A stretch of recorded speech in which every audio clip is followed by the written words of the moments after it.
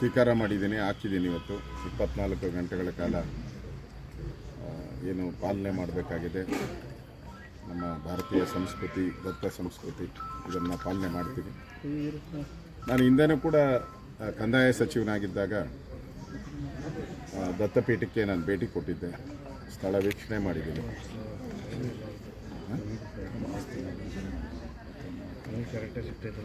ನಾನು ಹೋದಾಗ ಅಲ್ಲಿ ನಾನು ಕಣ್ಣಾರೆ ಕಂಡಿರುವಂಥದ್ದು ಆ್ಯಸ್ ಎ ರೆವಿನ್ಯೂ ಮಿನಿಸ್ಟರ್, ಅದು ದತ್ತಪೀಠ ಅನ್ನೋ ಕುರುಹುಗಳು ಸ್ಪಷ್ಟವಾಗಿದೆ.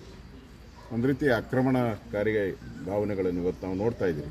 ಶ್ರೀರಂಗಪಟ್ಟಣ ನೋಡ್ತಾ ಇದ್ದೀರಿ, ಅಯೋಧ್ಯೆ ನೋಡಿದ್ದೀರಿ ಆಲ್ರೆಡಿ, ಮತ್ತು ನಮ್ಮ ಮಥುರಾ, ಕಾಶಿ ಇವೆಲ್ಲನೂ ಕೂಡ ನಮ್ಮ ಕಣ್ಮುಂದೆನೇ ಇದೆ. ದತ್ತಪೀಠನೂ ಕೂಡ ಅದೇ ರೀತಿಯಾದಂಥ ಒಂದು ಪೂಜ್ಯ ಭಾವನೆ ಇರತಕ್ಕಂಥ ಒಂದು ಪೀಠ, ಶ್ರದ್ಧಾಪೀಠ. ಸೊ ಹಿಂದೇನೂ ಕೂಡ ನಮ್ಮ ಸರ್ಕಾರ ಇದ್ದಾಗ ಅಲ್ಲಿ ಪೂಜೆ, ಅರ್ಚಕರ ನೇಮಕ, ಈ ಥರದ್ದೆಲ್ಲ ವಿಚಾರದ ಬಗ್ಗೆ ಸ್ಪಷ್ಟವಾದಂಥ ನಿಲುವುಗಳನ್ನು ತೆಗೆದುಕೊಂಡು ಅದೊಂದು ಧಾರ್ಮಿಕವಾದಂಥ ಸ್ಥಳ ಆಗಬೇಕು. ಯಾವ ರೀತಿ ನಾವು ಧಾರ್ಮಿಕ ತಿರುಪತಿ ಇರ್ಬೋದು, ಕಾಶಿ ಇರ್ಬೋದು, ಮಥುರಾ ಇರ್ಬೋದು ನೋಡ್ತಿರೋ, ಅದೇ ರೀತಿ ದತ್ತ ಪೀಠನೂ ಕೂಡ ಒಂದು ಪವಿತ್ರ ಸ್ಥಳ ಹಿಂದೂಗಳಿಗೆ. ಆ ಭಾವನೆಯನ್ನು ಮಟ್ಟ ಹಾಕುವಂಥ ಪ್ರಯತ್ನಗಳನ್ನು ಕೆಲವು ಹಿತಾಸಕ್ತಿಗಳು ನಿರಂತರವಾಗಿ ಮಾಡ್ತಾಯಿದ್ದಾರೆ. ಈಗಾಗಲೇ ಕೋರ್ಟಿನ ಎಲ್ಲ ದಾಖಲೆಗಳು ಎಲ್ಲನೂ ಕೂಡ ದತ್ತಪೀಠನೇ ಬೇರೆ, ದರ್ಗಾನೇ ಬೇರೆ ಅನ್ನೋದು ಸ್ಪಷ್ಟವಾಗಿ ಹೇಳಿದ್ದಾರೆ.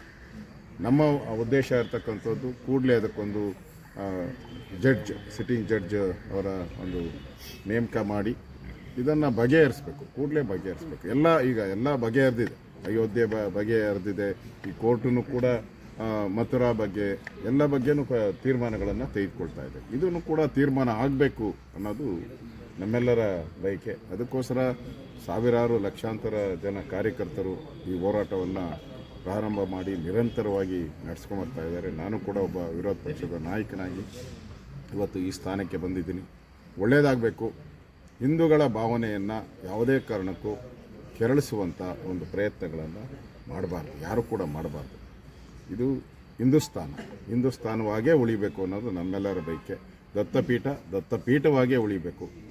ಜನ ದತ್ತಪೀಠದ ಬಗ್ಗೆ, ಇಡೀ ಕರ್ನಾಟಕದ ಜನ, ಇಡೀ ದೇಶದ ಜನ, ದತ್ತಪೀಠ ಅಂದರೆ ಒಂದು ಗೌರವ ಇದೆ. ಆ ಗೌರವ, ಘನತೆ ಎತ್ತಿಡಿಯುವಂಥ ಕೆಲಸವನ್ನು ಈ ಸರ್ಕಾರನೂ ಮಾಡಬೇಕು ಅಂತೇಳಿ ನಾನು ಆಗ್ರಹವನ್ನು ಮಾಡ್ತಾಯಿದ್ದೀನಿ. ರೆವಿನ್ಯೂ ಮಿನಿಸ್ಟ್ರಾಗಿ ನಾನು ಭೇಟಿ ಮಾಡಿದ್ದೀನಿ, ಹಿಂದೆ 2-3 ವರ್ಷ ಇರಬೇಕು.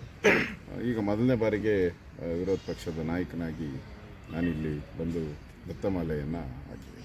ಸರ್, ರಾಜ್ಯಾಧ್ಯಕ್ಷರು ಕಾರ್ಯಕ್ರಮಕ್ಕೆ ಭಾಗವಹಿಸ್ತಾರೆ ಅಂತ ಹೇಳಿದ್ದಾರೆ. ನಾಳೆ ನಾಡಿದ್ದು ಆಮೇಲೆ ಶಾಸಕರು ಹೆಚ್ಚನ್ನು ಬರ್ತಾರೆ ಅನ್ನೋದೇನು ಸೂಚನೆ? ಬರ್ತಾರೆ. ನಮ್ಮ ದೊಡ್ಡಬಳ್ಳಾಪುರದ ಶಾಸಕರು ಯುವ ಮೋರ್ಚಾ ಅಧ್ಯಕ್ಷರಾಗಿದ್ದಾರೆ, ಅವರು ನನ್ನ ಜೊತೆಯಲ್ಲಿ ಬಂದಿದ್ದಾರೆ. ಬೆಳಗ್ಗೆ ಅವರು ಕೂಡ ಪಾಲ್ಗೊಳ್ತಾರೆ. ಸುರೇಶ್ ಅವರು, ನಾಳೆ ಸುನೀಲ್ ಅವರು ಕೂಡ ಬರ್ತಾ ಇದ್ದಾರೆ. ಪ್ರತಿ ವರ್ಷ ಬರ್ತಾ ಇದ್ದಾರೆ. ನಾಳೆ ಸುನೀಲ್ ಅವರು ಕೂಡ ಬರ್ತಾರೆ. ಸರ್, ನಾಳೆ ದರ್ಶನ ಮಾಡ್ತೀರಾ? ಬೆಳಗ್ಗೆ 10:30ಗೆ ನಾನು ಹೋಮ ಇದೆ, ಅಲ್ಲಿ ಹೋಮದಲ್ಲಿ ನಾನು ಭಾಗವಹಿಸ್ತೀನಿ. 12 ಗಂಟೆಗೆ ಪೂರ್ಣಾಹುತಿ ಭಾಗವಹಿಸಿ ನಾನು ಶೋಭಾಯಾತ್ರೆಯಲ್ಲಿ ಭಾಗವಹಿಸ್ತೀನಿ. ಅದಾದಮೇಲೆ ನಾನು ಸರ್, ಮೊದಲನೇ ಬಾರಿಗೆ ದತ್ತಮಾಲೆ ಹಾಕಿದರೆ ನಿಮ್ಮ ಸಂಕಲ್ಪ ಏನಾಗಿರುತ್ತೆ ಸರ್?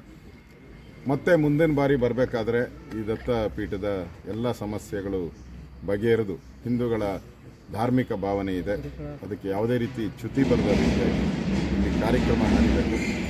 ಒಂಥರ ಹೋರಾಟದ ಮನೋಭಾವದಿಂದ ಈ ಕಾರ್ಯಕ್ರಮಗಳು ನಡೀತಾ ಇದೆ.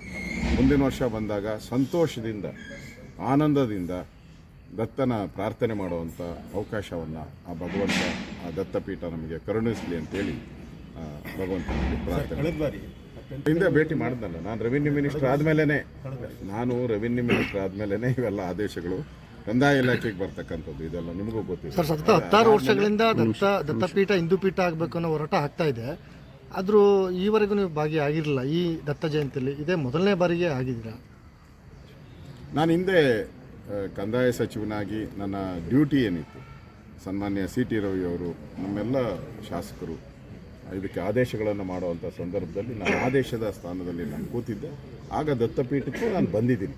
ದತ್ತಪೀಠ ಬಂದು ಅಲ್ಲಿ ಪೂಜೆನೂ ಕೂಡ ಮಾಡ್ಕೊಂಡು ಹೋಗಿದ್ದೀನಿ. ಮಾಲೆ ಹಾಕುವಂಥದ್ದು ಮೊದಲ ಬಾರಿ ಮಾಲೆ ಹಾಕಿ. ಸರ್, 5 ವರ್ಷ ಕುಮಾರಸ್ವಾಮಿ ಬರ್ತಾರೆ ಸರ್ ಏನಾದ್ರು?